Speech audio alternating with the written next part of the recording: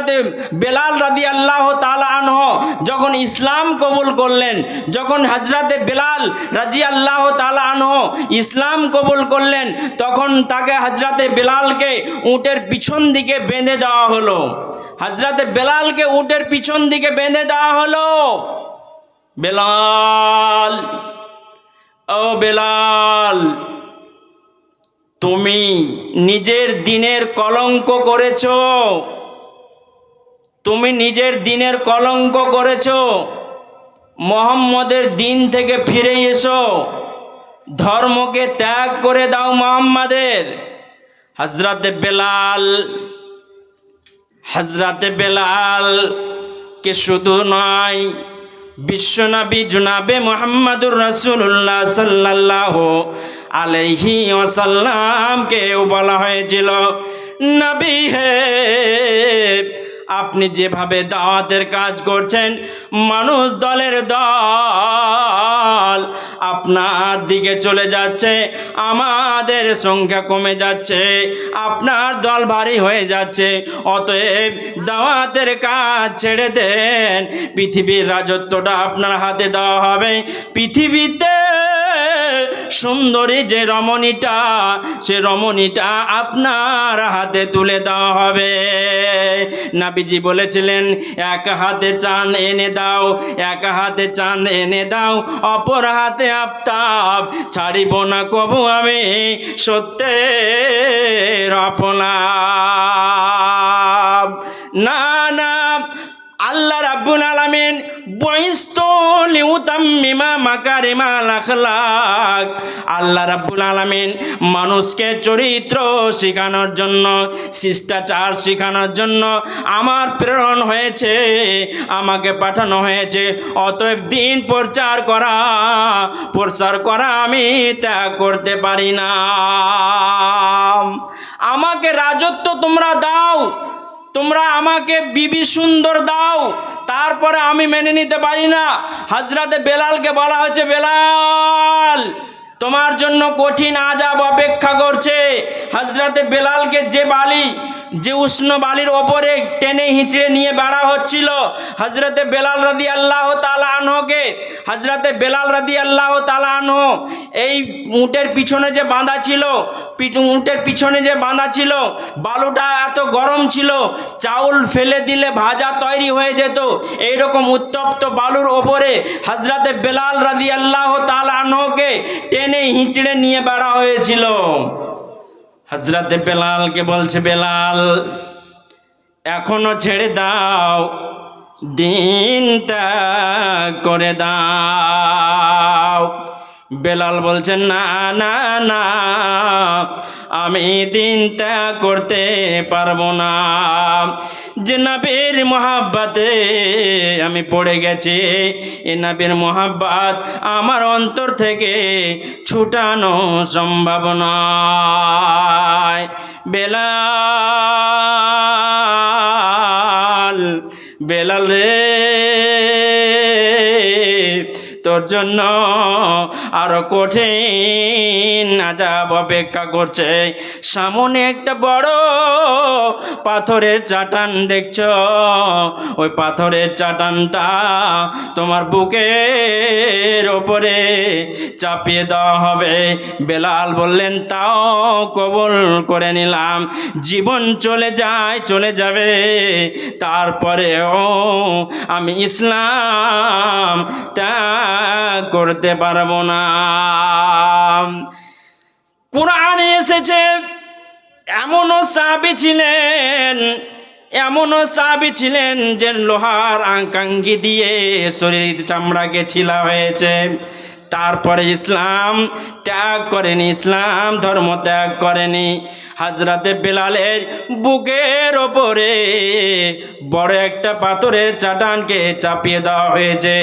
চাপিয়ে দেওয়ার পরে বেলালকে বলা হয়েছে, বেলাল, এখনো বাঁচার জায়গা আছে, মুহাম্মদকে ত্যাগ করে দাও, মুহাম্মদকে ছেড়ে দাও।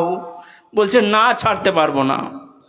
যখন বলল না ছাড়তে পারবো না, যতবার বেলালকে বলে ছেড়ে দাও, ততবার বেলাল বলে আহাদ, তার মানে এক আল্লাহ কে আমি মেনে নিয়েছি, রব একজন আছেন, স্রষ্টা একজন আছেন।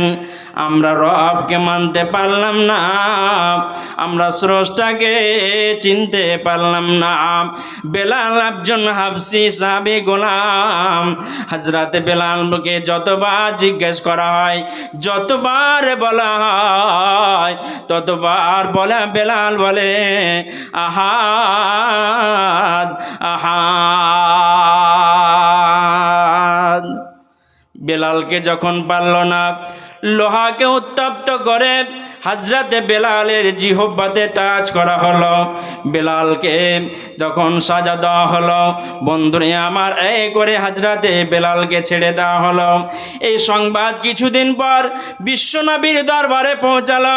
আল্লাহর নবী বড় খুশি হলেন, বেলালের এই সংবাদ শুনে বড় আনন্দিত হলেন যে আমার সাহাবী বেলাল এত কষ্ট পর, এত সাজা পরেও ইসলাম কবুল করেনি, ইসলাম ত্যাগ করেনি, ইসলাম ছাড়েনি, ইসলামকে অপছন্দ মনে করেনি। হযরতে বেলাল রাদিয়াল্লাহু তাআলা আনহু তিনি ইসলামকে আঁকড়ে ধরেছিলেন, মজবুত করে তিনি ধরেছিলেন। বেলালকে ডাকা হলো, বেলালকে ডেকে নিয়ে এসো। বেলালকে ডেকে নিয়ে আসা হলো, হযরতে বেলালকে ডেকে নিয়ে আসা হলো।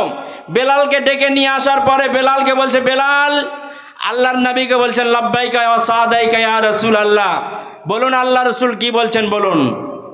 বেলাল, তোমার সংবাদটা শুনে আমি বড্ড খুশি হয়েছি, তবে আজকে তোমাকে একটা অফার দিচ্ছি, তোমাকে একটা কাজ দেব, বড় কাজ, সেটা সম্মানের কাজ, ইজ্জতের কাজ।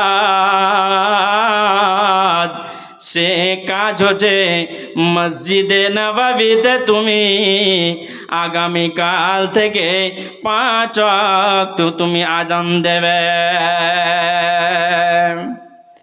তোমাকে এই ডিউটিটা আমি দিচ্ছি যে মসজিদে নববীতে তুমি আজান দিবে 5 বার, দিনে 5 বার তুমি আজান দেবে।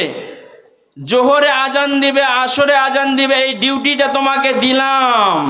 ঠিক রাসূলের কথা মোতাবেক হযরতে বেলাল রাদিয়াল্লাহু তাআলা আনহু রাসূলের কথা মোতাবেক ঠিক আজান দিয়ে যাচ্ছেন মাসের পর মাস। হঠাৎ করে কিছু সাহাবায়ে কেরামগণ একদিন নবীজিকে পরামর্শ দিচ্ছেন, আল্লাহ রাসূল বেলাল যখন আজান দেয়, আশহাদু আল্লা ইলাহা ইল্লাল্লাহ বলে, সিনের উচ্চারণটা শুদ্ধ হয়ে বের হয় না। আমাদের মাঝে এমন আছে শুদ্ধ করে আজান দিতে পারবে, সুন্দর করে আজান দিতে পারবে, নতুন মুয়াজ্জিন নিযুক্ত করে দেন, বেলালকে বাদ দিয়ে দেন। তার মানে বেলাল যখন বলে আশহাদু আল্লা ইলাহা ইল্লাল্লাহ, সিনের উচ্চারণটা ঠিক মতো বের হয় না, অতএব তাকে বাদ দিয়ে দেন। সাহাবায়ে কেরামগণ যখন পরামর্শ দিলেন, নবীজি পরামর্শটা মেনে নিলেন। বেলালকে বলছে, বেলাল তুমি আগামী কালকে থেকে আর মসজিদে নববীতে আর আজান দেবে না, আগামী কালকে থেকে আর মসজিদে নববীতে তুমি আজান দেবে না। হঠাৎ করে এই কথাটা মেনে নিতে পারছেন না বেলাল। আসমানটা যেন মাথার উপরে ভেঙে পড়ল হযরতে বেলালের। সম্মানের জায়গাটা আমার চলে গেল, ইজ্জতের জায়গাটা চলে গেল। কি অপরাধ করলাম, কি ভুল কাজ করলাম যার জন্য আমার ইজ্জতের জায়গাটা চলে গেল? কি ভুল আমি করেছি আমি বুঝতে পারছি না। ভারাক্রান্ত মনে জোহরের নামাজ পড়লেন, আসরের নামাজ পড়লেন, কিন্তু যে মুয়াজ্জিন আজান দিছে এই মুয়াজ্জিনের আজান আরশে আজিম পর্যন্ত পৌঁছায় না। বেলালের সুর বড় সুন্দর ছিল, বেলালের আজান আরশে আজিম পর্যন্ত আল্লাহর কাছ পর্যন্ত পৌঁছে যেতাম। বন্ধুরে, নতুন মুয়াজ্জিন আজান দিছে, এই মুয়াজ্জিনের আজান, এই মুয়াজ্জিনের আজান আর কিন্তু আরশে আজিম পর্যন্ত পৌঁছায় না। হযরতে বেলাল তিনি মনে মনে এবার বলছেন, নবী গো, আপনার মুখের বাণী আমি শুনেছি, যেদিন ইসরাফিল সিংহায় ফুঁক মারবে, প্রথম সিংহায় ফুঁক মারবে, অনুফিখা ফিসসূরে নাফখাতান ওয়াহিদা, ইসরাফিল যখন সিংহায় ফু মারবে, জমিনে যতগুলো মানুষ থাকবে তারা বেহুশ হয়ে যাবে, জমিনের নিচে যারা থাকবে তারা উঠে যাবে।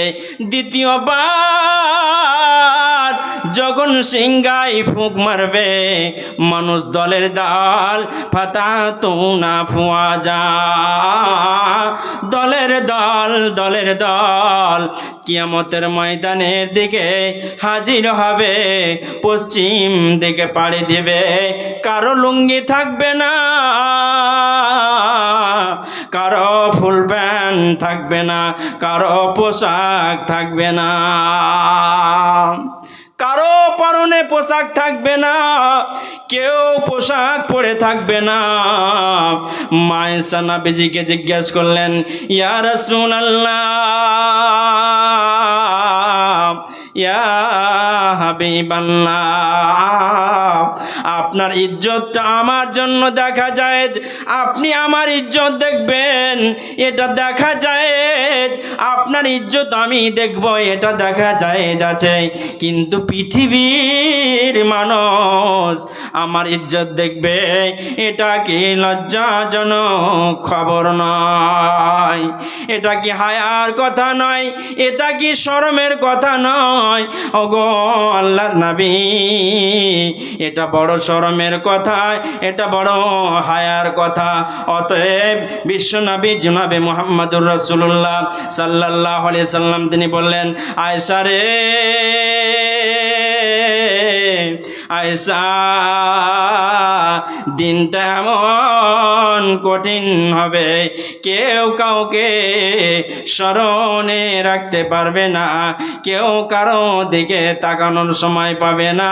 প্রত্যেকটা মানুষ নবী এবং রাসূল পর্যন্ত তারা নাফসি নাফসি করবে, আমার কি হবে, আমার কি হবে, আমার কি হবে, মাথা নিচু করে চলবে আর তারা নাফসি নাফসি করবে। শুধু যারা মুয়াজ্জিন হবে ওরা মাথা উঁচু করে চলবে। সে সম্মানের জায়গাটা আমি বেলাল হারিয়ে দিলাম, আমি বুঝতে পারছি না।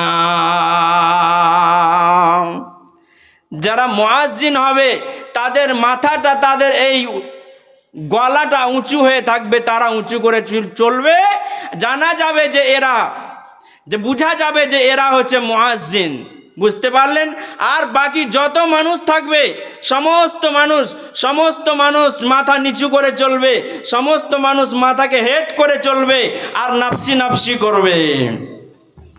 অতএব সম্মানের জায়গাটা হারিয়ে দিলাম। বন্ধুরে আমার, নতুন মুয়াজ্জিন আজান দিছে আর সে আজিম পর্যন্ত পৌঁছায় না। জিবরিল আমিনকে বললেন, জিবরিল আমিন রে, যাও আমার নবীর কাছে, আমার নবীকে গিয়ে বলে দাও। কি বলবে? কি বলবে? ওকে গিয়ে বলে দাও নতুন মুয়াজ্জিন যতদিন আজান দেবে, নতুন মুয়াজ্জিন যতদিন আজান দেবে ততদিন সূর্য পূর্ব দিকে আর উঠবে না, পশ্চিম দিকে সূর্য ডুববে না। তার মানে অন্ধকার থেকে যাবে। নতুন মুয়াজ্জিনের আজান ফজরের দিয়েছে, ঘড়ির কাঁটাটা 4:30, তো 4টায় দাঁড়িয়ে আছে। ঘড়ির কাঁটা ডান দিকেও যেছে না, বাম দিকেও যেছে না। এমন সময় হযরত জিবরিল আমিন এলেন, আসার পরে বলছেন, ও নবী মুহাম্মদ, আপনি কাকে মুয়াজ্জিন নিযুক্ত করেছেন? আজকে আরশে আজিম পর্যন্ত ধ্বনি যায়নি।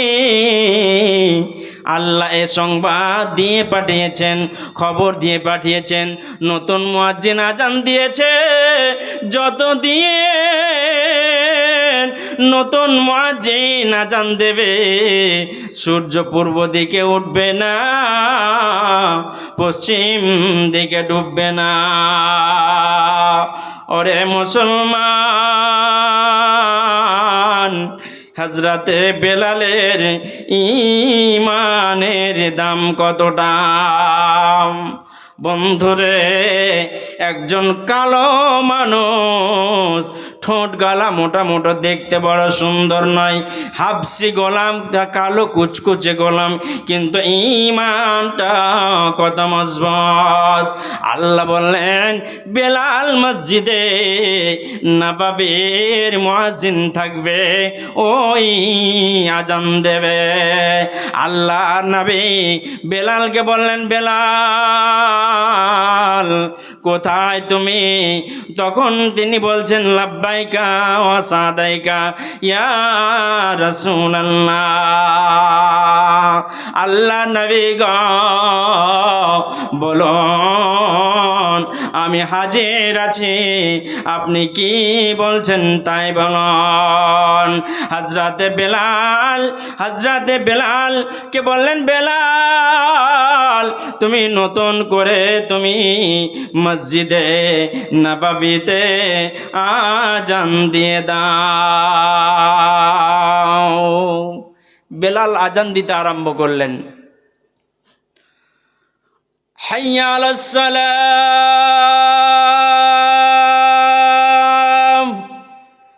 হাইয়া আলাল ফালাহ,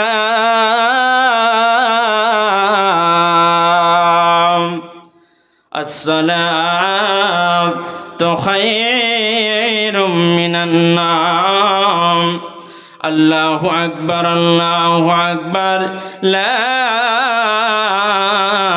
ইলাহা ইল্লাল্লাহ। বেলাল আজান দিল, সূর্যটা এবার উঠবে, তার আগে ঘড়ির কাঁটাটা চলতে আরম্ভ করেছে, টাইম অতিক্রান্ত হতে আরম্ভ করেছে।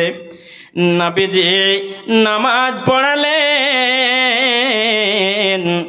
নামাজ পড়ার পরে দুয়া তাসবিহ তাহলিল করলেন, করার পরে বন্ধুরে সূর্যটা পূর্ব দিকে লাল হয়ে উঠতে আরম্ভ করেছে, পশ্চিম দিকে সূর্য ডুবে গেল।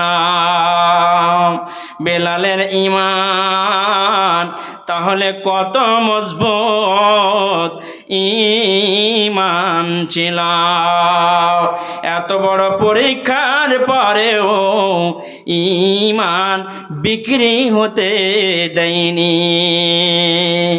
একজন নবীর নাম, যে নবীটি